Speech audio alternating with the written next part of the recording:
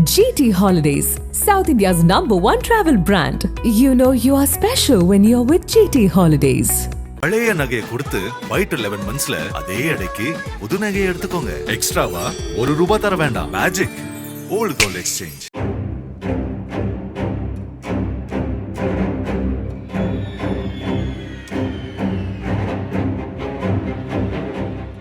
கர்நாடக மாநிலத்தின் யோகா சங்கத்தின் செயலாளராக பொறுப்பு வகித்து வரும் நிரஞ்சனமூர்த்தி ராஜராஜேஸ்வரி நகரில் யோகா மையம் ஒன்றை நடத்தி வருகிறார்.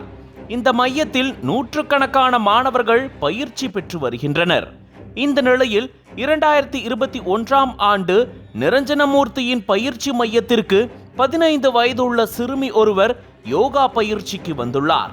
அதன் பிறகு சிறுமியின் திறமையை பார்த்து 2023ஆம் ஆண்டு தாய்லாந்து நாட்டில் நடைபெற்ற யோகா பயிற்சிக்கு நிரஞ்சனமூர்த்தி அவரை அழைத்து சென்றுள்ளார். அப்போது சிறுமிக்கு 17 வயதாகியுள்ளது. தாய்லாந்தின் பயணத்தின் போது நிரஞ்சனமூர்த்தி பாலியல் ரீதியாக சிறுமிக்கு தொல்லை கொடுத்துள்ளார். அதன் பிறகு நாடு திரும்பிய சிறுமி நிரஞ்சனமூர்த்தியின் அருவருக்கத்தக்க செயலால் அதன் பிறகு யோகா பயிற்சி மையத்திற்கு செல்வதை நிறுத்தி கொண்டார்.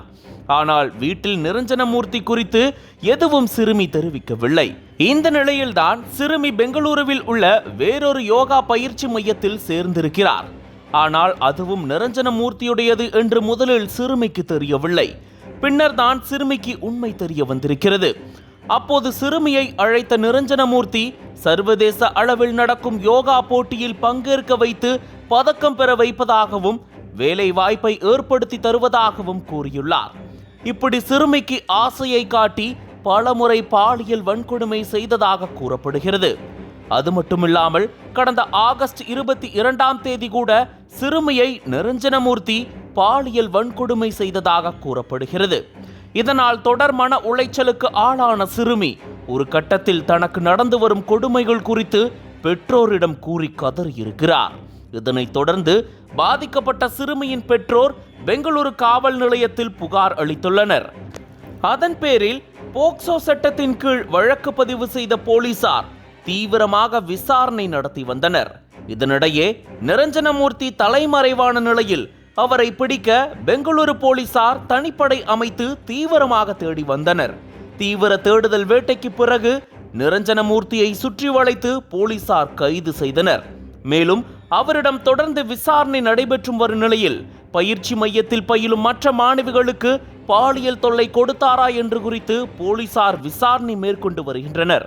இதனிடையே தனது யோகா மையத்தில் 10 முதல் 15 பெண்களிடம் அத்துமீறி நடந்து கொண்டிருப்பது தெரிய வந்திருக்கிறது. அத்துடன் நிரஞ்சனமூர்த்தியிடமிருந்து செல்போன் மற்றும் ஒரு சில வீடியோக்களும் மீட்கப்பட்டுள்ளதாக கூறப்படுகிறது. போலீசார் தொடர்ந்து விசாரணை மேற்கொண்டு வருகின்றனர். கர்நாடக மாநில யோகா சங்கத்தின் செயலாளராக இருக்கும் நிரஞ்சனமூர்த்தி பாலியல் வழக்கில் சிக்கியிருப்பது மற்ற யோகா பயிற்சி மையத்தினர் மற்றும் பெற்றோர்கள் மத்தியில் அதிர்ச்சியை ஏற்படுத்தியிருக்கிறது. அனல் பறக்கும் செய்திகளை அப்டேட் செய்து கொள்ள நக்கீரன் களத்தை இப்பவே சப்ஸ்கிரைப் பண்ணுங்க.